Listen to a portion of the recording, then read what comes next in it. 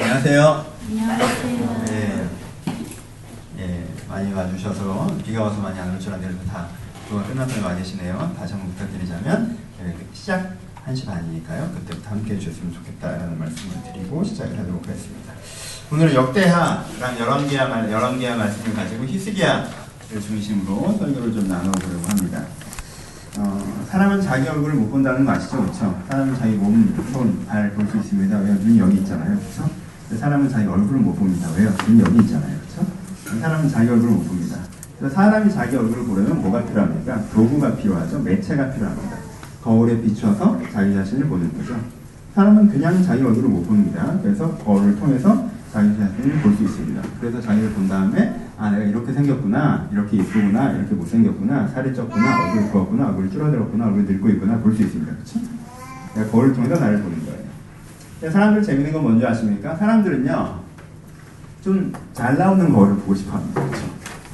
이 거울을 비쳤을 때 내가 조금 더 잘 나오는 거울을 보고 싶어요. 이 앞에 카페 아십니까? 코너만 돌아가면 아메리카노 1,500원 파는 카페가 있는데 제가 거의 싸서 자주 가게 됩니다. 제일 안쪽에 벤치 자리가 있거든요. 오른쪽은 거울로 되어 있습니다. 앞에 핀 조명 비슷하게 하는 할로겐 조명 있잖아요. 그게 제 벤치 쪽으로 쏴주고요. 거울이 전신 거울이 있습니다. 거기 앉아서 얘기하다가 55도 각도로 돌아보면요. 최고입니다. 진짜 잘생겼어요. 제 얼굴에서 나타날 수 있는 최대치를 전 거기서 볼 수 있습니다. 전 그 카페 가면 꼭 그 자리에 앉고요. 저랑 가보신 분은 아시겠지만 제가 안쪽에 앉습니다. 그리고 정면으로 얘기하다가 중간중간 제가 옆을 쳐다봅니다. 그거 저 보는 거예요. 기분이 좋아요. 그리고요, 제가 싫어하는 거울이 하나 있습니다. 더 가까이에 있죠? 바로 앞에 있습니다. 저희 화장실에 가면요, 약간 밝은색 어두운 형광등이 제 뒤통수 쪽을 비치고요, 그 앞에 거울이 있습니다. 이 앞에 거울을, 화장실 거울을 제가 가장 자주 보게 되는데, 그렇게 못생겼어요. 이 거울에 비춰보면. 그렇죠? 각도와 조명에 따라 조금 달라지죠? 그럼 사람들은 어때요? 저는 이 화장실 거울 들어서 제 얼굴을 길게 보지 않습니다. 그냥 머리만 다듬으면 굳이 얼굴을 안 보면서 머리만 보면서 머리를 다듬습니다. 오래 보지 않아요. 그리고 잘 나오는 거울을 오래 쳐다보죠. 그렇죠? 그럼 사람들에게 뭐가 생깁니까? 뭐가 생겨요? 마치 내가 봤던 그 모습으로 내가 돌아다닌다고 생각하게 되는 거죠. 그렇죠? 내가 그 55도 그 조명에 그 카페에 앉아있을 때 내 얼굴인 양 스스로 인지하게 되죠. 그렇죠? 그래서 여러분들 앞에 서서 얘기할 때도 어떤 느낌을 가져요? 내가 마치 그 얼굴인 양 착각하면서 얘기하게 되는 부분들이 생기죠. 그렇죠? 무슨 뜻이에요? 집에 지나치게 좋은 거울이 있는 애는요, 실제 자기 얼굴보다 자기가 잘생겼다고 생각하고 돌아다니는 경우들이 발생합니다. 그렇죠? 그건 주변 사람은 어떻게 돼요? 조금 당황스럽게 되죠. 심해지면 이게 문제가 될 수 있죠. 하지만 그렇게 큰 문제는 아닐 수 있습니다. 외모 같은 경우는. 그렇죠? 사람은요, 자기의 내면의 얼굴도 자기가 이렇게 들여다봐서 못 봅니다. 아십니까? 이렇게 보면 보이는 게 아니에요. 자기의 인격이 어떻게 생겼는지, 자기의 내면이 어떻게 생겼는지 사람은 그냥 자기를 쳐다봐서 볼 수가 없습니다. 볼 수 있는데? 아니에요. 여러분 오해하지 마세요. 여러분들 얼굴 다 아시죠? 얼굴 다 알아요. 그러니까 사람은 자꾸 착각해요. 내가 내 얼굴을 알고 있으니까 내가 내 얼굴을 볼 수 있다고 착각한다니까? 아니에요. 여러분들 거울을 보셔서 기억하시는 거예요. 그렇죠? 사람은요, 그냥은 자기 자신의 내면, 인격을 볼 수가 없어요. 비추어서 봅니다. 자기 인격을 볼 수 있는 매체가 필요해요. 뭐가 매체가 되죠? 인격을 보는 매체는 두 가지, 인격을 보는 거울은 두 가지가 있습니다. 하나는 다른 사람에게 비춰서 나를 봅니다. 또 하나는 가치관에 비춰서 나를 봅니다. 그렇죠? 어떤 가치에 비춰서 나 이렇구나 라고 나를 보던가, 아니면 다른 사람 인격, 다른 사람이 나를 대하는 태도를 보면서 나는 이렇구나 라고 생각합니다. 사람들이 자기의 내면과 인격을 보는 거울은 두 개밖에 없습니다. 타인의 내면이던가 아니면 어떤 가치체계이던가.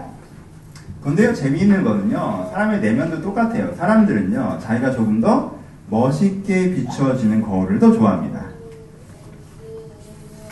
그럼 이런 거죠.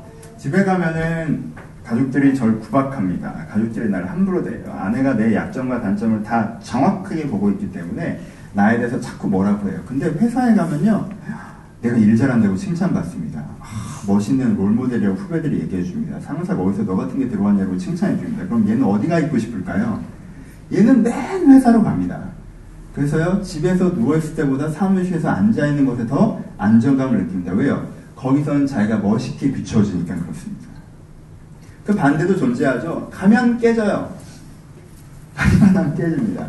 욕먹습니다. 넌 왜 어쩌다 이런 게 태어났고 어쩌다 넌 여기를 들어왔고 넌 어쩌다 아직도 여기서 안 나가고 있니라고 해서 그런 얘기를 들으면서 회사에 다닙니다. 근데 집에 가면요 이 사람이 내 세이비어예요. 부인이 날 너무 아껴줘요. 너무 사랑합니다. 당신이 있어서 산대요. 그러면 얘는 무조건 집에 갑니다. 왜요? 집에 가면 자기가 멋있게 비춰지니까. 그렇죠? 부인은 자꾸 구박합니다. 근데 친구들은 대단하다고 해줘요. 그럼 얘는요 자꾸 친구들 모임으로 빠져나요. 3년 사귄 여자친구는 나한테 자꾸 단점을 지적해요. 그런데 처음 만난 후배가 내가 완전 마음에 든대요. 그러면 얘는 자꾸 새로운 사랑에 빠졌다고 착각합니다. 난 있는 그대로 사랑해주는 사람이 좋다는 거 이런 말도 안 되는 소리예요. 그 3년 사귄 여자친구가 여러분들 있는 그대로 사랑해주는 거예요. 걔는 뭘 몰라서 지금 여러분들 멋있다고 하는 거예요. 우리 부인이 가끔 이런 명언들을 하죠. 저희 교회 처음 오신 분들은 저희 아내에게 가끔 그런 얘기를 합니다. 아, 목사님이랑 사셔서 되게 좋으시겠어요. 그럼 저희 아내가 실소를 머금죠.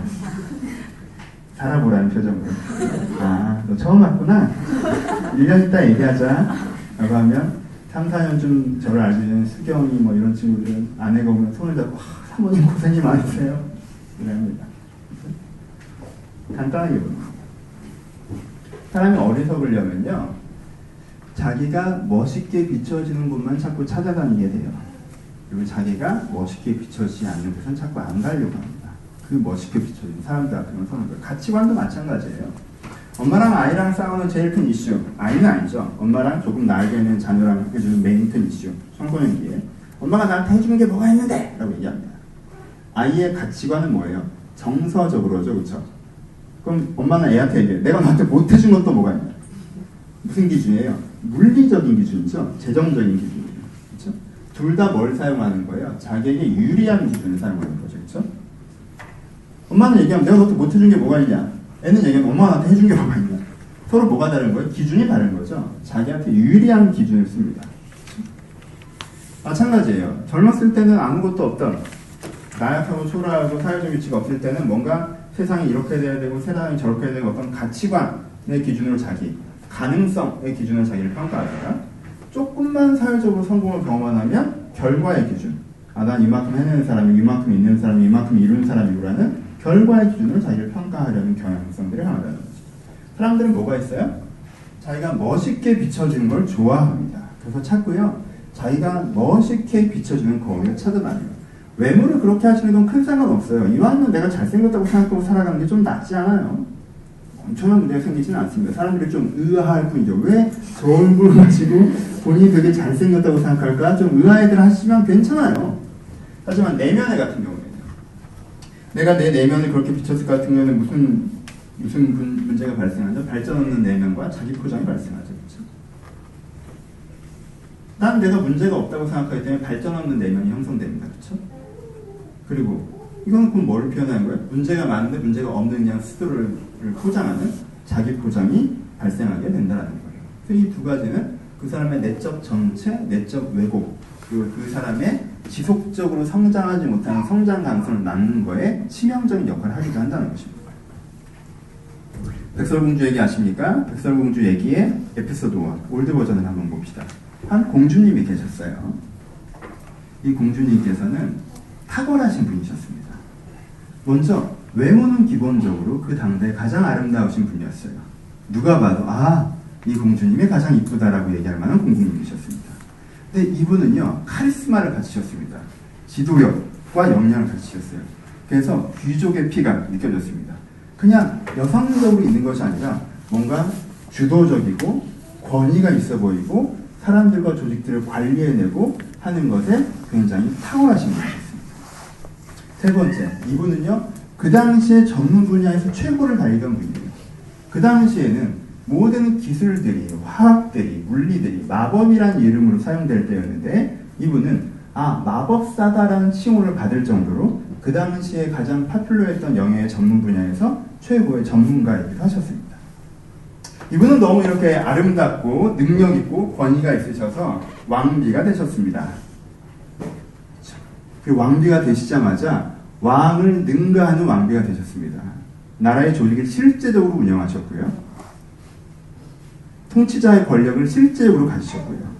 그리고 사람들이 왕비이자 마법사라고 부를 정도로 자기 영역에서 탁월하셨습니다. 그리고 여전히 아름다우셨고요. 이 공주님에게, 이 왕비님에게, 이 잘나가는 왕비님에게, 이 나라가 부강해지고 있는 왕비님에게 이 그것들에 대해 문제의식을 느낀 옆 나라의 어떤 마법사가 자그마한 선물을 보냅니다. 조그만 거울이 담겨져 있었습니다. 그리고 얘기했습니다. 이 거울은 진실의 거울입니다. 당신이 물어보는 것을 대답해 줄 것입니다. 아주 많은 것을 대답해 주진 않습니다. 특별히 세상에서 누가 가장 아름다운지에 대해서 주로 설명을 해줍니다. 이 왕비님은 그 거울을 걸어놓고 질문을 던졌습니다. 거울아 거울아, 세상에서 누가 가장 아름다운가? 거울이 대답합니다. 왕비님이 가장 아름다우십니다. 기분이 너무 좋았습니다. 그래서 그 다음날부터 이 왕비님은요, 하루 일과의 시작을 그것으로 하기 시작했습니다. 자기가 가장 멋있어 보이는 거울, 자기를 가장 아름답게 비추는 거울, 거울 앞에서 매일 아침을 이렇게 상쾌하게 시작합니다. 거울아 거울아, 세상에서 누가 가장 아름다운가? 왕비님이 아름다우십니다. 그것이 자기의 기쁨이 되고 자부심이 되고 그리고 삶의 활력소가 됐습니다. 1년을 그렇게 생활하고 2년을 그렇게 생활하고 3년을 그렇게 생활하기 시작하면서부터 약간의 변화가 일어나기 시작했습니다. 이 왕비님이 다른 것은 잘 안 하시기 시작했습니다. 마법을 깊이 연구하는 것이나 혹은 나라를 부강하게 만드는 것이나 자기의 권력과 카리스마 능력으로 세상에 의미 있는 일을 하는 것이나에는 큰 관심이 없어지셨습니다. 뭐에 대한 관심 안 하십니까? 하나에 대한 관심 안 하십니다. 그 거울 앞에 있을 때 행복한 것. 계속 그 거울 앞에 계십니다. 그 다음에 무슨 일이 발생하죠? 우리가 다 알다시피 이 왕비가 늙습니다. 젊은 게 태어나죠. 아무도 이길 수 없는 시기야, 나이, 세월. 그 세대에선 최고였을지 모르겠지만 근데 어느 날 물어봅니다. 거울아 거울아, 세상에서 누가 제일 이쁜가? 백설 공주입니다. 왕비는 미친 거. 무슨 일이 벌어진 걸까요? 재능이 많은 사람이었는데 그냥 단지 아름다운 사람이 아니었거든요. 그렇죠?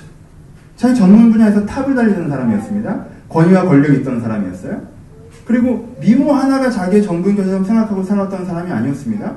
근데 그 거울 앞에 자주 서고 그 거울의 즐거움을 느끼다 어느 날 그 거울의 의견이 자기에게 너무 중요해진, 그 거울의 의견이 마치 내 자신의 본질인 것처럼, 나는 단지 아름다운 사람인 것처럼, 그래서 내 아름다움이 사라지며 내 자신이 사라지는 것처럼 되어져 버렸습니다. 엑소트는 여러분들이 잘 아시죠? 그렇죠? 일곱 난장이 나오지 그렇게 되다가 비참하게 돌아가십니다. 도대체 무슨 일이 벌어질까? 이 전도 유명한 왕비에게 도대체 그 거울의 의견이 뭐 그렇게 중요합니까? 여러분, 그 거울이 진실의 거울입니까? 아니요, 그 거울은 망각의 거울입니다.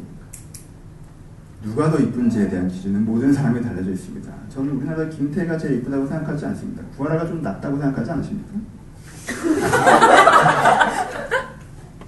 제가 보기엔 훨씬 나으신 것 같은데. 기준은 다릅니다.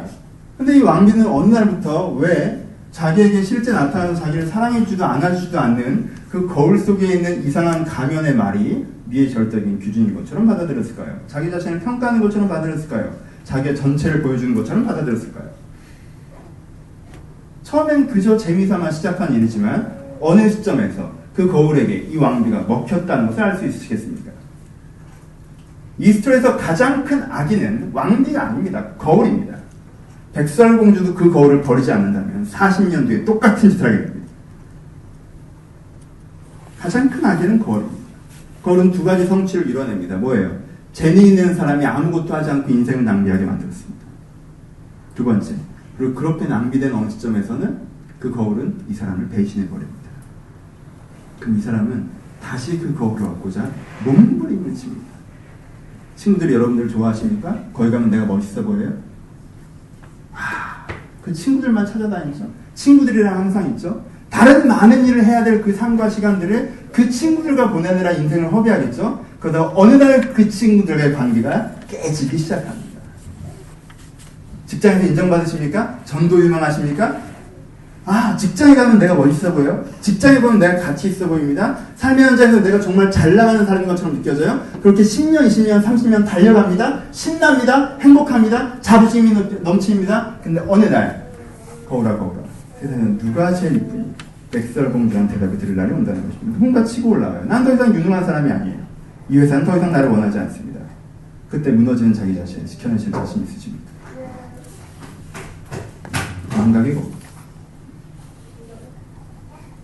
나를 지금 당장 멋있게 비춰준다고 해서 그 거울 앞에 오래 서 있는 것이 얼마나 우리에게 치명적인지 아십니까?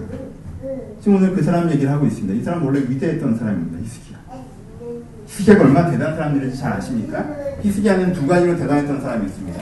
히스기야 이전까지는요, 왕들이라는 왕들은요, 문제적인 왕들이고 한계에 가득했던 왕들이었습니다. 근데 히스기야는 20대 왕이 되자마자 시대에 대한 관점을 관통했던 왕입니다.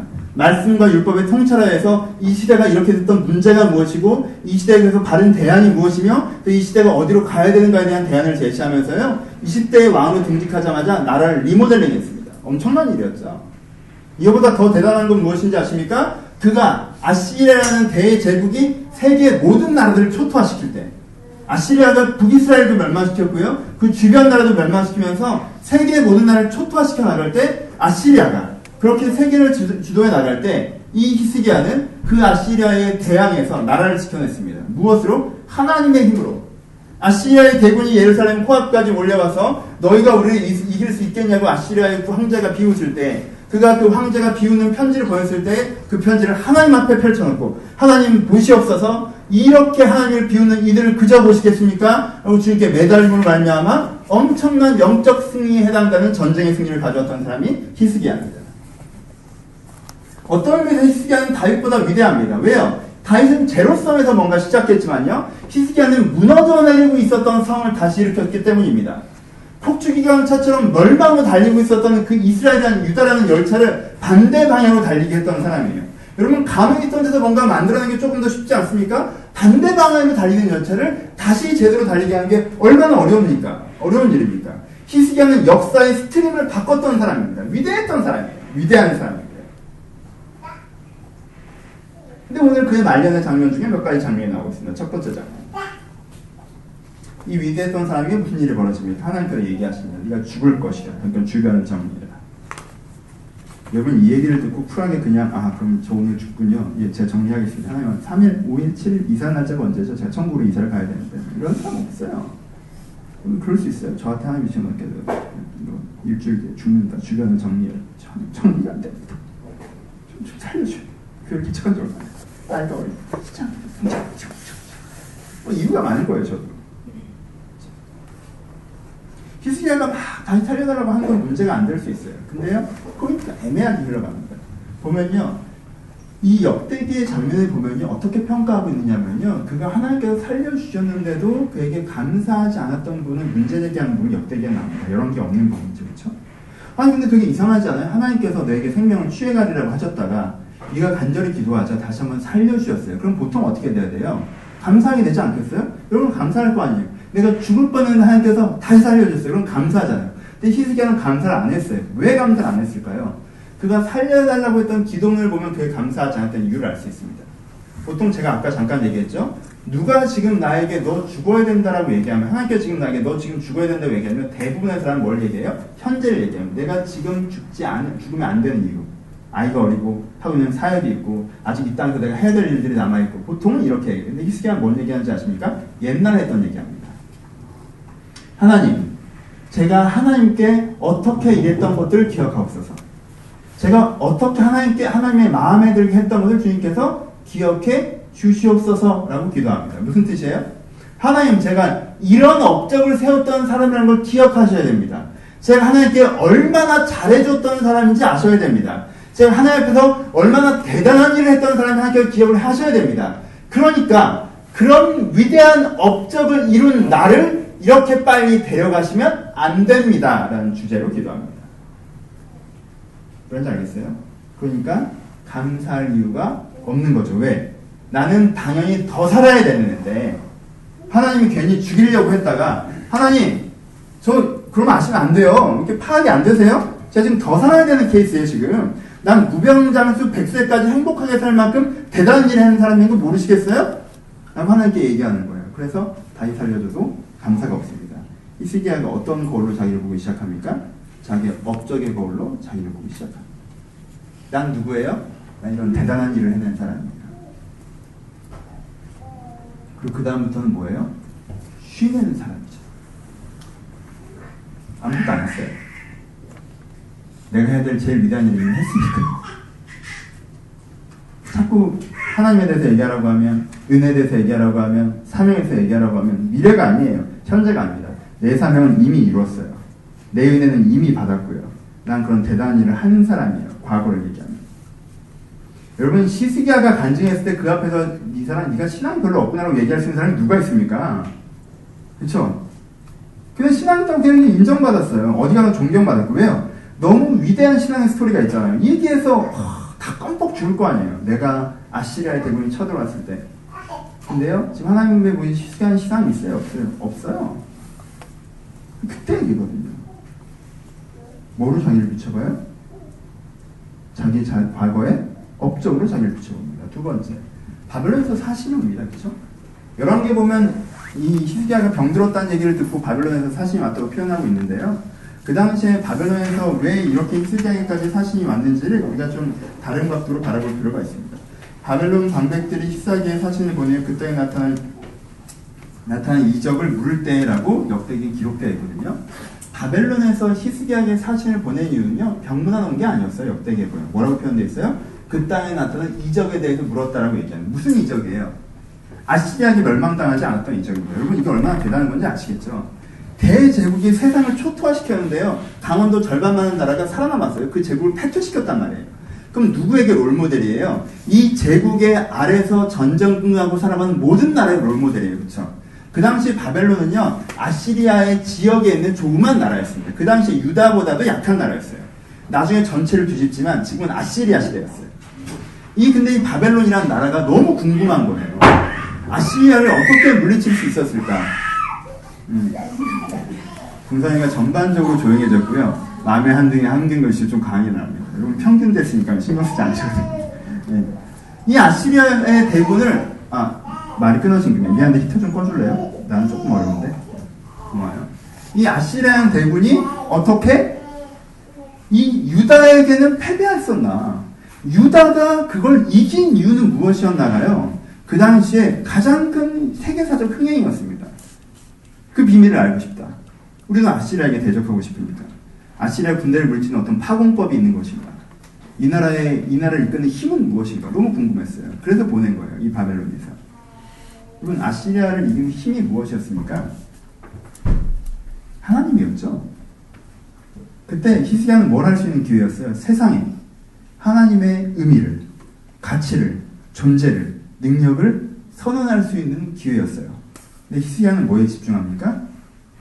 바벨론이란 나라에서까지 나를 존경하고 궁금해해서 사신을 보내는 그거에 너무 감격합니다. 뭐에 꽂힌 거예요? 명예에 꽂힙니다. 야, 내가 그냥 유다에서 알아주는 게 아니라, 여러분, 유다에서 바벨론은요, 굉장히 멀어요. 지금으로 치면 사우디아라비아, 이라크, 이란이란 말이에요. 그쵸? 그러니까 멀어요. 이라크 땅에서부터 온 거예요. 그 먼 거리를.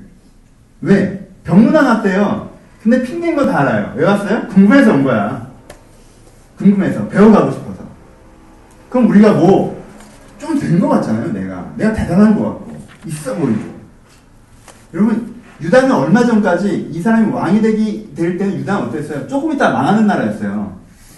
내가 왕이 될 때는 조금 있다 망하는 나라였는데, 내가 왕을 한참 하다 보니까 다른 나라 사신들이 나 좀 가르쳐달라고 오는 나라가 된 거야. 마치 이 지역의 탑클래스, G2 가는 것처럼 세상이 부러워하고 세상의 주도권을 갖는 나라가 된 왕의 느낌을 받은 거죠.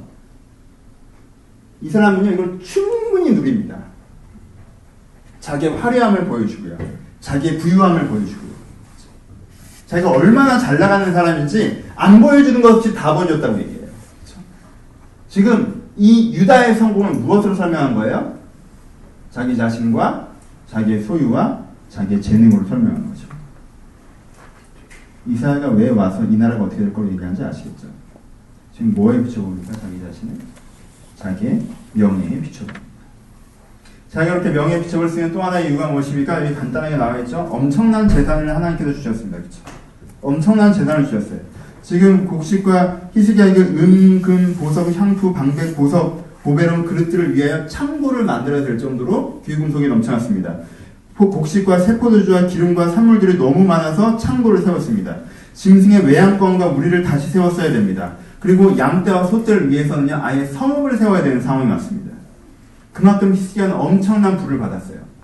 근데요, 그 부를 준 거는 원래는 이유가 있었거든요. 그 이유는 나중에 얘기해요. 이유가 있었거든요. 근데요, 히스기야는 뭐에 꽂혀요? 내가 돈이 많다는 거에 꽂힙니다. 그렇죠? 원래 그거 나누라고 준 거거든요. 쓸 때 있어도 준 거였어요. 근데 안 씁니다. 어떻게 해요? 창고 만들고 축적합니다. 그리고 그게 내 돈이다라고 하는 거죠. 그리고 그걸 바벨론에 자랑하고. 맨 마지막에 대화는 더 이상합니다. 맨 마지막에 이사야가 이것 때문에 화가 나서 찾아와서 뭐라고 얘기합니까? 당신의 아들이 바벨론 황관이 될 것이라고 얘기했어요. 여러분, 지금 들으니까 우리가 역사적 후대에서 그걸 이해하는데 그 당시 바벨론은 조그만 나라였어요. 그렇죠? 우리가 들으면요, 너희의 지금 이런 표현이 저게 안 좋은 표현이겠지만 지금 우리가 좀 못 사는 나라라고 뭐 A국을 상정해 봅시다. 어떤 동남아시아의 지금 우리보다 못 사는 나라에 우리가 포로로 끌려갈 것이라고 얘기하는 거랑 똑같은 말이에요. 그렇죠? 되게 기분 나쁜 말이잖아요. 말도 안 되는 말이고. 황장이 된다고 표현하면 그 당시 굉장히 큰 욕일 수 있어요. 그렇죠? 근데 히스기야가 뭐라고 대답해요? 하나님 말씀은 조토다라고 얘기합니다. 왜? 내 생전에는 아무 일도 안 벌어진다는 얘기잖아요. 라고 얘기해요. 이게 얼마나 슬픈 장면인지 아십니까? 이 사람이 20대에는요, 세상을 바꾸는 게 꿈이었던 사람이겠죠.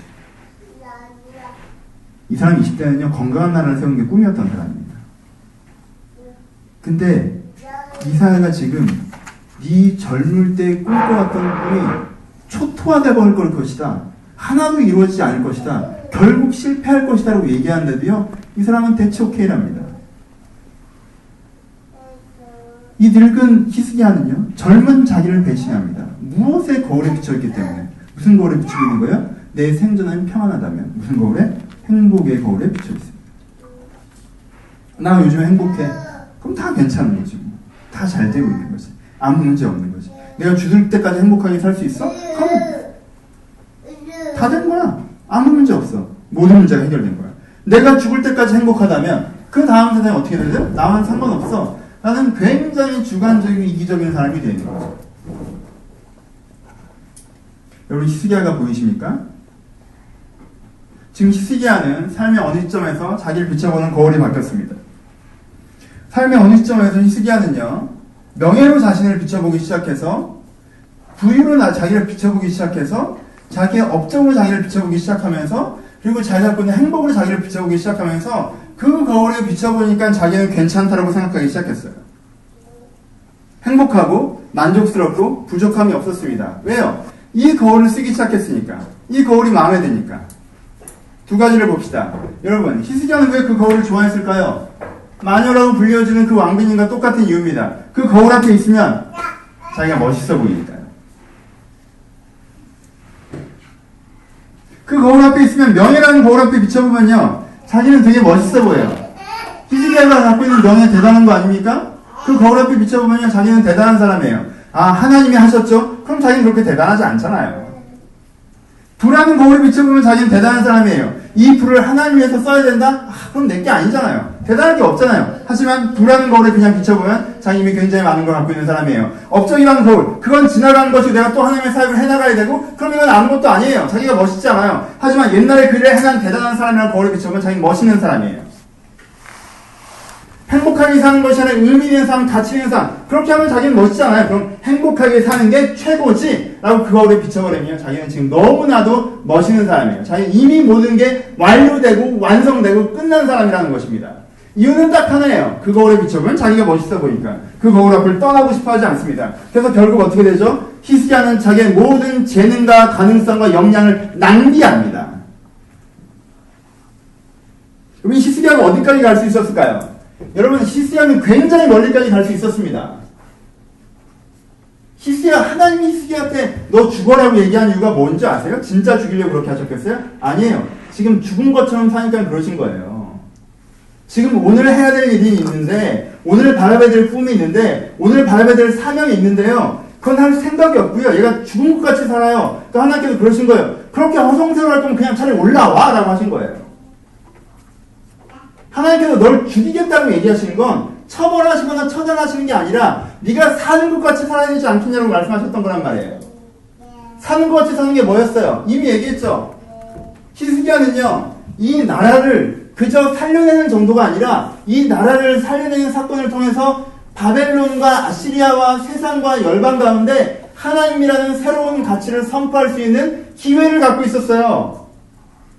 이게 이스라엘 역사에 얼마나 큰 꿈이었습니까? 유다가 출범에서부터 원했던 거 아니에요? 시대의 새로운 가치를 선포하는 거. 그렇죠? 히스기야는 그걸 할 수 있는 기회에 서 있었단 말이에요.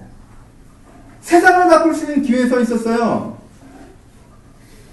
그리고요, 하나님께서 왜 그 많은 돈을 주셨습니까? 레위기에 설명했고 신명기에 설명했지만 한 번도 구현되지 않았던, 결국 이스라엘이 멸망하고 유다가 멸망했던 핵심 이유라고 제시된 가난한 자 고아와 괄부가 돌봐지지 아니하고 이웃의 지게석이 옮겨지고 이스라엘 사람들이 이스라엘 사람이 종이 되고 자기의 유익을 위해서 다른 사람들을 공격하고 이런 세상이 아니라 레위기에 얘기했고 신명기에 얘기했던 희년의 세상, 안식년의 세상, 모든 사람들이 평균되는 세상, 종이 없는 세상, 노예가 없는 세상, 공동의 재산들이 함께 있어서 그 공동의 재산을 통해서 모두와 같은 기회의 균등을 경험하는 세상, 하나님께서 원래 제시하고 했던 경제적 평등과 사회적 평등, 그거 할 수 있는 돈을 주신 거예요. 세상을 바꿀 수 있었어요. 천년 유다 역사에서 청사지도만 그려졌지 한 번도 건립되지 않았던 나라를 만들 수 있었고요. 그 나라를 만들어서 너희들이 원래 세상의 빛으로 부름받았다고 했는데 한 번도 빛이었던 적이 없었던 이 나라가 진짜 세상의 빛으로 역할을 할 수 있는 기회가 그에게 있었다는 거예요. 그는 그 가능성 위에 서 있었습니다. 근데 거울 하나 때문에 인생 자체가 망가진 거예요. 망각의 거울. 모든 기회의 가능성은 사라집니다. 왜요? 이 사람이 거울 앞에서 떠나지를 못하니까. 아, 나는 명예가 있지. 나는 부가 있지. 난 업적이 있지. 난 위대하지. 난 대단하지. 난 멋있지. 난 행복하지. 히스기야는 운이 좋았어요. 그가 좋아하는 이유는 그거예요. 왜? 난 죽을 때까지 이렇게 마취 상태에 있을 수 있으니까 좋아했어요. 히스기야는 운이 좋았죠. 왜요? 대부분의 사람들은 그 왕비처럼 되거든요. 와 하다가 어느 날 백설공주 얘기를 하잖아요. 이제는 위대한 왕이 아니야. 네 재산은 떨어졌어. 사람들이 나를 더 이상 좋아하지 않아. 그 업적을 기억하는 사람이 없어 라고 얘기하는 날이 오는 사람들이 훨씬 더 많아요. 그런 면에서 히스기야가 운이 좋을지도 모르겠습니다. 하지만 그 운이 부러우십니까?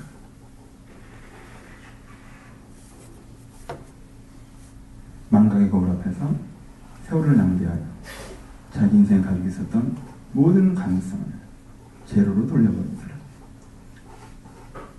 기회의 언덕 위에 섰으나 정상으로 걸어가려고 하지 않고 언덕이 정상이면 행세하다가 그 언덕에서도 내려오게 되는 사람.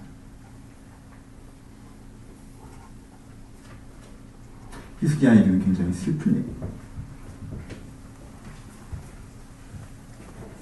거울이 바뀌었고 거울이 바뀐 것 때문에 망각의 느낌을 받았으며 그 인생은 허비되고 낭비됩니다.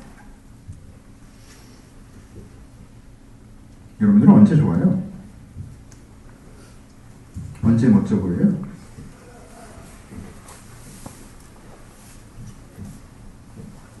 어떤 사람은 연애할 때 자기가 멋져 보이나 봐요. 자꾸 연애를 합니다. 어떤 남자가 나를 사랑해주고 어떤 여자가 나를 사랑해주고 하면요, 내 인생의 모든 게 다 해결된 것처럼 느껴지나 봐요. 다른 거에 관심이 없어서요. 좋은 가정을 꾸리고 싶어요. 아름다운 아이를 낳고 싶고 건강한 가정을 꾸리면 그게 다 된 거죠. 그렇죠? 어떤 사람은 사회생활의 거울을 가지고 있어요. 내가 인정받고 내가 원하는 일을 하고 있고 내가 일정한 연봉을 받고 있고 내가 안정됐어요. 그럼 어떻게 돼요? 그게 되게 멋져 보이나 봐요. 그래서요, 난 이미 괜찮은 사람이라고 느낍니다. 난 되게 멋있는 사람이라고 느껴요. 어떤 사람은 주목받을 때 자기가 멋져 보이나 봐요. 사람들이 날 주목해줘요. 뿌리집단에 가면 주목하고 회사 가도 주목하고 사람들이 나를 바라봐 주는 거야. 약간은 연예인 표현일지 모르겠지만 어디 가나 주목받는 게 제거예요. 그렇게 일을 잘하지 않아도 좋아요. 내가 독특하다고 느껴지면, 내가 유니크하다고 느껴지면, 내가 사람들이 너 되게 특별하다고 얘기하면, 특이하다고 얘기해도 그 얘기가 되게 좋나 봐요. 그래서 자기가 되게 주목받고 있으면 자기가 되게 잘 살고 있는 것 같고 멋있다고 느껴집니다. 유명세의 법. 사람들은 자기 나름대로 거울을 갖습니다. 어떤 사람은 무엇인가 뭘 가졌을 때 핸드폰을 바꾸거나 집을 바꾸거나 차를 바꾸거나 어떤 집에 사는 사람이 어떤 차를 모는 사람이 어느 정도 연봉을 받는 사람이다라는 소유의 거울 앞에 섭니다. 그렇죠? 직업의 거울, 소유의 거울, 유명세의 거울, 관계의 거울 앞에 서서 시간 가는 줄 모르고 그 거울 앞에 비춰있는 자기가 너무 예뻐서 너무 멋있어서 너무 만족스러워서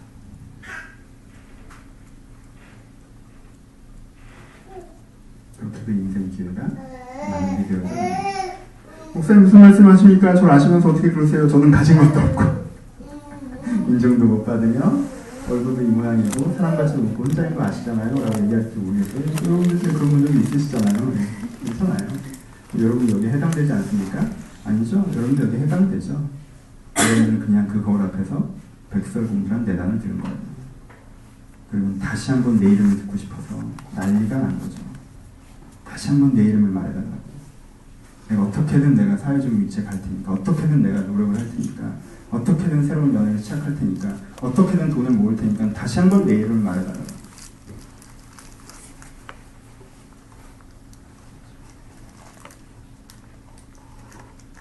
여기 그렇게 써있기 때문에 우리 인생 낭비되고 포기되고 사라지고 있다는 생각을 안 하십니까?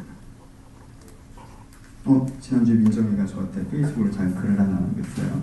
제 설교가 한 3,000명, 5,000명 정도가 듣는데 대단하죠? 여러분들은 직접 보는데도 늦지막하게 오는데 신기했어요. 한 1,000명 정도 듣는 줄 알았는데 많이 늘었구나 라고 생각했습니다. 물론 여러분 중에 한 5분이 1,000번씩 듣는지도 모르겠죠. 한 명은 저, 한 명은 제 아내 계속 클릭하고 있나? 감사한 일이라고 생각합니다. 그렇죠? 같은 방향 공감한다는 건 얼마나 든든한 격려가 됩니까? 함께 느낀다는 건 얼마나 큰 격려예요. 위로이고 그리고 좀 뿌듯한 마음도 많이 들어주셨으면 좋겠네요. 더 많이 들어주셨으면 좋겠어요. 그리고 더 많이 들려주는 소식이 저한테는 큰 격려가 될 것입니다. 맞는 얘기예요. 좋은 얘기예요. 근데 재밌는 건 뭐냐면 제가 수요일쯤 지났나? 목요일쯤 지났나? 앉아서 기도하는데 하나님께서 이런 마음을 주시더라고요. 제가 그 거울 앞에 서 있더라고요. 재밌죠? 여러 사람이 내 설교를 듣는구나. 내가 잘하고 있네. 내가 잘 되고 있네.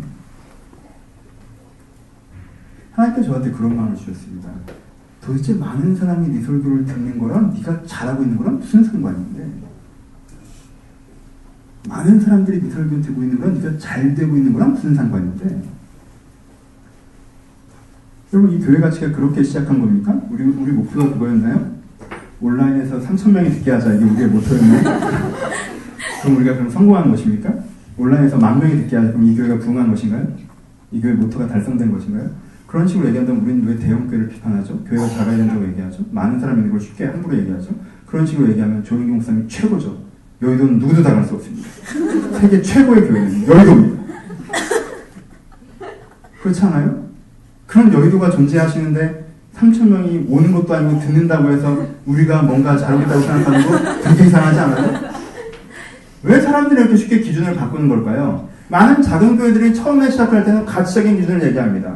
사람의 변화를 얘기하고요. 개인의 갱신을 얘기하죠. 근데 어느 정도의 시간이 지나면 마치 사람이 좀 늘어나는 것이, 여러 사람이 주목해주는 것이, 재정적으로 안정된 것이 마치 그 교회의 성공인 양 얘기하고 있지 않나요? 다른 교회 얘기할 필요 없죠. 여러분들 솔직히 물어봅시다. 여기 사람이 좀 더 많이 앉아있으니까 남의 선교가 잘 되겠다고 생각하지 않나요? 사람들이 설교를 더 많이 듣는다고 한다니까 우리 교회 그래도 괜찮은 교회라고 느끼진 않나요? 왜 그런 기준을 쓰시죠? 왜 우리는 그 거울 앞에 서게 될 거예요? 왜? 그 거울 앞에 서면 멋있어 보이니까. 그렇죠? 원래 우리가 썼던 거울이 아닌데 우리가 썼던 기준도 아니고요. 썼던 가치가 아니에요. 저는 이 교회도 자랑스럽습니다. 왜냐하면요. 이 교회에서 서너 명은 변하고 있기 때문에 그렇습니다. 현재 여러 명은 약간씩 변하기 때문에 그리고 상당수가 변화의 가능성을 가장 깊게 품고 있기 때문에 저는 이 교회가 자랑스럽습니다.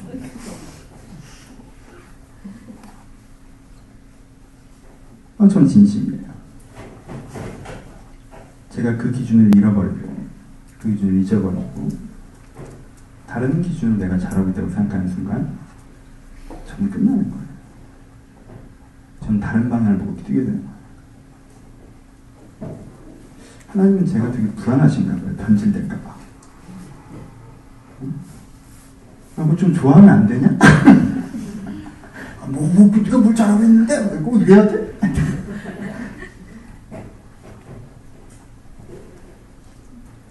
여러분들 뭐 때문에 좋아하고 계십니까? 뭐 때문에 안 좋아하고 계십니까? 무슨 거울 앞에서 날 보고 계세요? 그 거울 앞에서 날 보면서 너 참 괜찮다. 너 되게 문제다. 라고는 그 거울이 무엇입니까? 여러분 그렇게 보인다고 해서 믿지 마시고 일단 거울 자체를 들여서 이게 뭔 거울이야? 한번 보셔야 돼요. 이 거울은 뭔데라고 보셔야 돼요. 무슨 거울인지 보시고 나서 그 거울을 비추셔야 됩니다. 여러분 성공의 거울이나 명예의 거울이나 평가의 거울이나 행복의 거울이 여러분들의 얼굴을 비추는 거울이 되어서는 안 됩니다. 여러분들의 삶을 비추는 거울이 되어서는 안 돼요. 여러분들의 주변 사람이 여러분들의 얼굴을 비추는 거울이 되어서는 안 됩니다. 여러분들을 비추는 거울은 하나님이셔야 돼요. 여러분들을 비추는 거울은 가치관이에요. 하나님께서 주신 진리의 가치관에 나를 비춰보고 하나님은 그분 앞에 나를 비춰보는 것이 나에게 필요하지 않는 거예요. 그냥 일반적으로 노멀하게 평범하게 얘기해 봅시다. 어떠세요? 여러분 20대 초반에 여러분들이 젊었을 때 1년 전이 좋고 2년 전이 좋고 3년 전에도 좋아요. 여러분들이 생각하기에 내가 신앙적으로 제일 상태가 괜찮았다고 생각했던 그 시점에 이게 하나님의 기준이라고 생각했던 그 시점에 하나님이 내가 이렇게 되길 원하시구나 했던 그 시점에 세웠던 그 거울을 지금 사용하고 계십니까? 난 20살 때는 그래도 세상의 변화를 꿈꿨는데 지금은 내 상황의 변화만을 꿈꾸고 내 20살 때는 의미 있는 것이 뭐냐고 꿈꿨는데 지금은 돈 되는 것이 무엇인지 얘기하고 그때는 내가 주변 사람들에 영향을 미치고 싶었는데 지금은 내가 주변 사람들에게 인기가 있고 싶어지진 않으셨습니까? 왜? 그렇게 하면 내가 더 편해지고 내가 더 멋있어지니까. 그렇게 내 어린 시절의 고백, 내 진실한 시절의 고백, 내 순수한 시절의 고백에서 되게 멀리 떠나오진 않으셨습니까? 여러분, 히스기야는 이렇게 변질되는데 몇십 년 걸렸습니다. 우리는요? 히스기야를 비웃을 수 있나요? 우리는 이만큼 성공하지도 않았는데, 이만큼 업적이 있지도 않고, 이만큼 돈이 있지도 않고, 이만큼 안정되지도 않았는데, 우리는 굉장히 짧은 시간 동안 전혀 다른 거울을 사용하고 있지는 않습니까? 거울은 미묘하게 여러분의 삶 가운데 밀고 들어옵니다. 마치 무심히 앉은 카페 옆에 있는 전신 거울처럼 문득 봤는데 내가 멋있어 보이면 그 거울이 좋은 거울이냐 생각하는 실수가 우리 가운데 있을 수밖에 없다는 것입니다. 이 거울을 깨십시오. 그 거울을 깨지 못하면 백설공주도 10년 뒤에 마녀가 됩니다. 그 거울을 깨셔야 됩니다. 그거를 깨는 방법은 한 가지입니다. 하나님의 거울 앞에 서는 것입니다. 그렇죠? 하나님의 거울 앞에 여러분이 앉아 계셔요. 간단한 얘기입니다. 어려운 얘기 아닙니다. 길게 얘기할 수 있지만 짧게 얘기합시다. 하나님의 거울. 히스기야가 만약에 너 죽어 라고 얘기를 할 때 하나님 앞에 무릎 꿇고 앉아있을 수 있었다면 하나님 저 왜 죽어야 돼요? 하나님 저 이제 식으세요. 하나님 원하시는 건 뭐예요? 라고 하나님의 거울 앞에 자기를 비춰볼 수 있었다면 어려운 거 아니에요. 그냥 히스기야가 살려달라고 울부짖기 전에 이사야 얘기를 들었을 때 너무 당황스러운 얘기잖아요. 갑자기 죽으라는 게. 하나님이 죽으려면 병을 딱 들게 하거나 뭐 칼을 들이대거나 이런 게 아니라 갑자기 죽으라고 얘기하는 건 이게 죽으라는 얘기 아니잖아요. 사실 너 그러다 내가 죽여버릴 거야 이런 얘기가 왜 하는 거겠어요? 그럼 가서 앉아서 왜 그러세요? 하나님의 기준을 볼 때 제가 어떤데요? 하나님의 정서를 볼 때 제가 어떤 마음이신데요? 저한테 뭘 원하시는데요? 라고 물어봤더니 하나님께 그게 뭐라고 얘기했겠습니까? 너 지금 세월을 낭비하며 살고 있어. 그렇구나. 나 그래서 너한테 굉장히 섭섭하다. 왜? 난 너를 아끼면서 기회를 줬는데 왜 이걸 낭비해? 내가 섭섭하지 않겠니? 그렇구나. 나는 네가 제대로 이 나라를 더 세워갔으면 좋겠어. 난 거기에 대한 열정을 느낀다.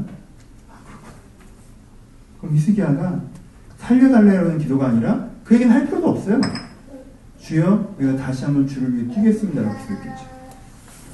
그럼 그가 다시 한번 주를 위해 뛰었을 거예요. 그렇죠? 바벨론에서 사신이 와요. 그가 하나님 오늘 바벨론에서 사신이 온다고 하는데요. 제가 너무 기분이 좋습니다. 하나님. 저 유명해졌나 봐요. 그거 갖고 왜 좋아하는데? 그 전쟁에서 네가 승리했니? 그렇게 그에게 물어보셨다는 거예요. 그 히스기야가 막 신나서 왔다가 그 전쟁에서 난 아무것도 한 거 없는데 하나님이 하셨어. 이 사신들이 오는 게 나를 기분 좋자고 오는 건 아닐 텐데 하나님 이 사신들이 왜 오는 거죠? 그때는 땅끝으로까지 보였던 그 바벨론에 내 이름이 전달될 기회다. 하나님의 가치가 지킬 기회가 아니겠냐. 네가 느꼈던 그 하나님의 살아계심을, 이 나라의 비밀을 그들이 알고 싶었다 하는 그 이유를 밝히 드러내서 전하라. 세상이 알 수 있도록. 나 이후에 다니엘이 했던 거죠.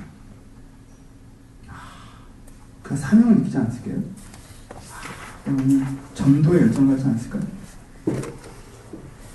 만약에 그가 여기까지도 모르다가 네 나라가 망할 것이라고 했을 때 그가 그 젊을 때의 꿈에 다시 한번 부딪힐 수 있었다.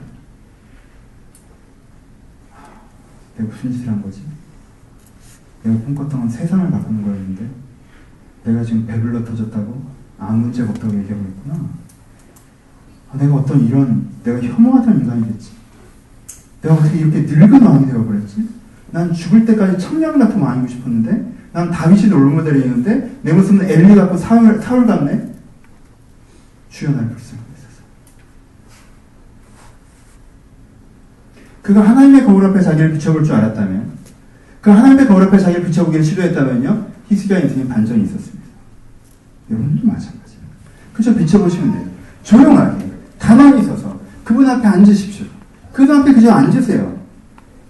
결론은 알고 앉으려고 하지 말고요, 그분 앞에 앉으세요. 그분 앞에 앉아서 물어보십시오. 아니면 못 물어보겠다면 생각이라도 해보세요. 하나님, 나에 대해 지금 어떻게 생각하고 계십니까? 난 지금 이것 때문에 절망했고 이것 때문에 편안한데 어떻게 생각하고 계십니까?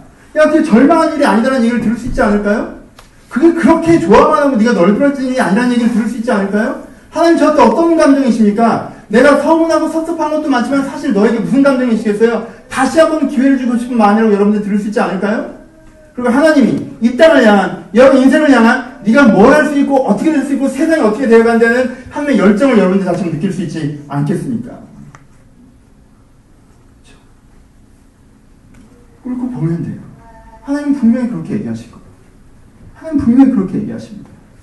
하나님은 여러분들에게요, 지금 여러분들에게 뭐가 맞고 틀린지 얘기해 주실 거예요. 그리고요, 하나님은 지금도 여러분들 얼마나 기회를 주고 계신지 얘기해 주실 거예요. 그리고 하나님이 이 세상에서 어떤 열정을 갖고 계신지 얘기해 주실 거예요. 우리가 그 하나님 마음에 다시 한번 부딪힐 때, 젊을 때 히스기야처럼 하나님 앞에 다시 한번 부딪힐 때 그 열정을 가지고, 그 소망을 가지고, 그 깨달음을 가지고 다시 한번 나아갈 수가 있는 거예요. 히스기야는 이 거울 앞에 살면서 지향성을 잃어버렸어요. 히스기야는 인생의 과거와 현재만 있고 미래를 잃어버렸습니다. 하지만 우리가 하나님 앞에 거울 앞에 비춰볼 때 우리의 과거의 것은, 지난 것은 뒤로 그냥 던져버리고 신경 쓰지 않고 내가 여기에서부터 표대를 향해서 미래로 걸어가는 태도가 생겨날 수가 있는 거예요. 내가 이런 과거에서 이런 전제가 있다. 내가 과거에 잘못된 선택들과 상황들이 있어서 결국 내 인생이 이 지경이 되어버렸다. 내가 그때 잘해서 그래도 내가 이만큼 살 수 있는 거지. 그런 것이 아니라 내가 지금 무엇을 향해서 선택해가야 되는지를 다시 한번 보고 그 선택을 내가 시작해내는, 내가 현재로부터 미래로 가는 것을 시작할 수 있다는 것입니다. 하나님과의 직면을 잃어버릴 때 인생의 지향성을 잃어버립니다. 이 인생의 지향성을 잃어버린 사람은 현재에 들고 있는 것을 가지고 원망하거나 안주합니다. 하지만 하나님 앞에 자기를 비춰볼 수 있는 사람은 인생의 지향성을 찾습니다. 그래서 현재의 내 발목을 엎는 것이 내가 이제까지 업적인 것도 털어버리고 슬픈 것도 털어버리면서 다시 한번 미래로 걸어갈 수가 있는 거예요.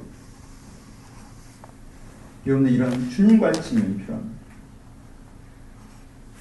지난주에 제가 여러분들에게 다시 한번 내 자신에게 기회를 주라고 말씀을 드렸어요.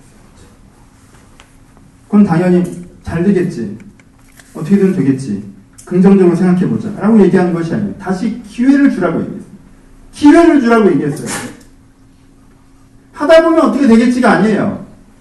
기회를 준다는 것은 이번에 삼진을 먹고 들어왔는데 다음 게임에 또 내보내주는 거예요. 또 삼진을 먹고 들어왔는데 다음 게임에 내보내주는 거예요. 내가 이번 기회는 그래도 해내리라. 내가 이번 찬스는 다시 한번 해내리라. 다시 한번 기회 주는 하나님 앞에서 내가 이번에는 그저 보내지 않으려는 그 마음이에요. 그렇죠? 그리고 기회를 준다는 것은 여러분들 하나님 앞에 여러분들을 본다는 뜻이에요. 그렇죠? 주님 앞에 서서 주의 생각으로, 주의 감정으로, 주의 의지로 내 자신을 다시 한번 보면서 깨닫고 느끼고 변화되는 것. 이것이 그런데 필요하지 않겠습니까? 말씀 마치겠습니다. 저는 이런 사람 보면 되게 안타까워요. 위대한 가능성을 가졌던 사람. 근데 초라한 결론을 내는 사람. 어설픈 성공의 텐트를 치고 안주해서 그가 할 수 있었던 진짜 위대한 일을 못했던 사람. 여러분, 이스라엘 역사에 대해서 제가 설교하고 강의한 적 많이 있죠. 여러분, 이스라엘 역사는 악인들이 망치지 않았습니다. 이스라엘 역사는 항상 선인들이 망쳤어요. 가나안 땅을 점령한 여호수아 세대, 그들이 끝까지 땅을 점령했다면 어떻게 됐을까요? 땅을 점령한 이후에 거기서 희년과 안식년을 시작했다면 어땠을까요? 하나님의 기준과 가치를 그들이 세우면서 그 2세대가 하나님의 기준과 가치를 이룰 수 있는 그런 나라의 기초와 초석을 마련했다면 어떻게 됐을까요? 이스라엘 역사는 완전히 바뀌었겠죠. 근데요, 그 2세대, 이 선량한 사람들이 자기는 하나님을 잘 믿고 자기는 땅을 차지하고 자기는 은혜를 받았으면서 그 땅이 좋고 그 여유가 좋아서 거기에 안주했습니다. 그래서 2세대가 사라지자마자 여호수아가 죽은 이후에는 하나님을 경외하지 않았죠. 왕조시대 전성기는 언제입니까? 여러분, 솔로몬입니다. 다윗이 모든 그 척박한 현실을 다 뒤집어 엎어서 하나님의 위대한 시대를 만들 수 있는 모든 기치를 확보해 놨어요. 그리고 그 지혜와 재물과 사회적 위치와 가능성과 역량을 솔로몬 한 사람에게 집중시켜줬습니다. 왜냐하면 솔로몬은 이제 성경에 나오면 그 나라를 세우기만 하면 돼요. 세우기만 하면 돼요. 근데 이 솔로몬은요, 건물 하나 딱 지은 다음에 그 세울 생각이 없어졌어요. 그래서 자기 집 짓습니다. 성전 7년 동안 짓고 자기 집 14년 동안 짓기 시작해요. 신년을 선포해야 될 그 돈을 가지고, 안식년을 선포해야 될 그 돈을 가지고, 고아와 가부가 돌보지고 동일성이 회복돼야 되고 레위기의 가치가 이루어져야 되는 그 율법이 성취돼야 되는 그 돈을 가지고 그걸 하기 시작합니다. 그리고 또 한 번,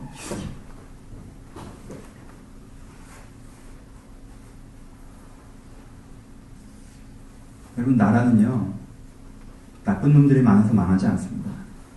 대한민국이 약해서 망하는 거예요. 그래서 선한 사람이지만 제일 채찍질 당해야 되는 사람들입니다. 대한세력들입니다. 여러분 마음 가운데 있는 그 대한세력에 대해서요, 더 강력하게 도전하십시오. 내가 기회를 주자. 바꿔보자. 하나님 앞에 다시 한번 서서 주님, 내가 뭘 하길 바라지? 뭘 하길 바라지? 내 안에 보신 주의 열정이 무엇인지 보셔야 돼요. 지금 쓰는 거울에서 내 이름을 불러준다고 좋아하고 내 이름을 부르지 않는다고 원망하는 그런 수준에서 살아가시는 거죠. 여러분들이 하나님이라는 거울 앞에 서서 내가 갖고 있는 의미와 가치, 내가 갖고 있는 사명, 내가 갖고 있는 가능성을 다시 한번 보실 때 내가 진정으로 나로서, 진정으로 내가 행복하게, 진정으로 내가 열정적으로 살아갈 수가 있는 것입니다. 여러분들 스스로 보셨을 때 요즘 내 인생 괜찮고 행복하다, 지낼만 하고 안주한다, 살만하다, 왜요? 라고 물어봤을 때 그것이 하나님이 아니라 세상의 거울 앞에 준 어떤 안정감이 아니라 여러분들 원래 그 거울을 쓰지 않았다는 것을 제발 기억하시고, 원래 그런 사람이 아니었고 원래 그것을 가지고 있지도 않았고 그것을 평생 갖고 있을 수도 없다는 것을 제발 기억하시고, 계속 그 거울 앞에 좋아하고 있다면 언젠간 백설공주의 이름을 듣고 미쳐버릴 거라는 걸 제발 기억하시고, 하나님 거울 앞에서 다시 한번 내 이름을 불러주시고 내 인생을 불러주시고 그 은혜를 경험하시길 주님으로 축복합니다. 기도하시겠습니다.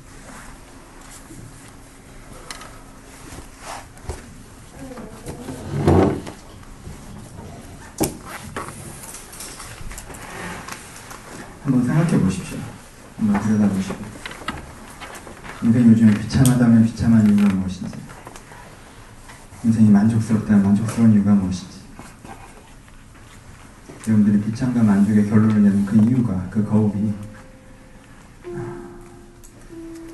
몇 사람이 함께하기에 사랑하는 가족, 연애, 행복이라면, 그냥 직장이 좀 잘 되어져 나가는 사회적 안정이라면, 그냥 여러 가지 조건이 잘 맞아서 이제 쭉 살면 되는 편안한 행복이라면, 한번 의심해 보셔야 됩니다. 내가 히스기야처럼 되고 있는 건 아닌지, 내가 인생 그대로 허비하고 안주하고 있는 건 아닌지, 내가 망각의 거울에 서서 하루하루 그냥 흘려보내고 있는 건 아닌지, 여러분의 마음 지켜보시고 하나님 지금의 저를 어떻게 보십니까? 좀 물어보셨으면 좋겠습니다. 그럼 하나님께 여러분들에게 오늘 잘하고 있다고 얘기하실지도 몰라요. 네가 고생하고 있지만 이거 너한테 필요한 거였어. 너 이렇게 안 주면 이걸 해야 된다. 내가 너를 기대한다. 내가 너를 격려한다. 내가 너에게 소망한다. 하나님 영상 들으실 수 있을 것 같습니다. 지금 내가 쓰고 있는 거리니 먼저 묵상해 보시면서 주의 거울을 찾기를 소원합니다. 주의 거울 앞에 나를 찾기를 소원합니다. 그럴 때 나를 밝히고 해달라고 드리신 말씀 묵상하시면서 고백하시면서 자유롭게 한번 기도하시고 제가 기도하시겠습니다. 기도하겠습니다. 하나님 아버지, 세상의 거울 앞에 취해서 마치 내가 모든 것을 이룬 사람인 양 하루하루 만족 가운데 인생을 허비하는 사람이 되지 않게 하시고, 세상의 거울 앞에 취해서 그 세상의 거울이 해주는 이야기가 무엇이라고 내 이름이 들리지 않았다 하여 내 이름 한번 들어보고자 그렇게 마음이 상하고 인생이 상하여 아둥바둥하며 살지 않게 하시고, 제가 다시 한번 하나님 앞에 내 자신을 비춰보는 자리에 될 수 있도록 한 사람 한 사람에게 나타나 주시옵소서. 지금 하나님 앞에서 저를 비춰보길 소원합니다. 주님께서 저를 어떻게 보시는지, 주님께서 저희 인생을 어떻게 생각하시는지, 어떤 마음과 감정으로 나를 바라보시는지, 나에 대해서 어떤 열정을 갖고 계신지 내가 그것들을 다시 한번 보고 느끼고 체험할 수 있도록 주여, 주의 얼굴 낮은 우리 가운데 밝히 비추어 주옵소서. 오랫동안 주의 거울 앞에 서지 않아서 앞에 서더라도 벽 앞에 서 있는 것 같고 앞에 서이라도 흐린 그냥 유리 앞에 서 있는 것 같아요. 내 얼굴이 보이지 않는 사람들도 있습니다.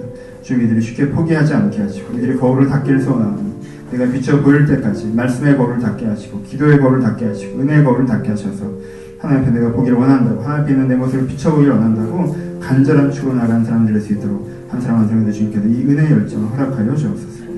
주 앞에 비춰질 때 내가 다시만 새로운 소망과 결단을 가지고 나아가오니 아버지, 우리를 주님의 눈으로 밝히 보게 하시고 통겨오는 것이 아니라 눈뜬 것으로 내 자신을 밝히 보는 것을 통해서 내 인생이 이미 변화된 것을 체험할 수 있도록 한 사람 한 사람에게 축복하여 주옵소서. 감사를 살아신 예수님의 이름으로 기도드리오며 이제는 우리 주 예수 그리스도의 은혜와 하나님 아버지의 사랑하심과 성령님의 교통하심이 지금도 주님 앞에 내 모습을 다시 보며 주의 사랑을 소원하는 모든 심령 가운데 이제부터 영원토록 함께 있을지어다. 아멘.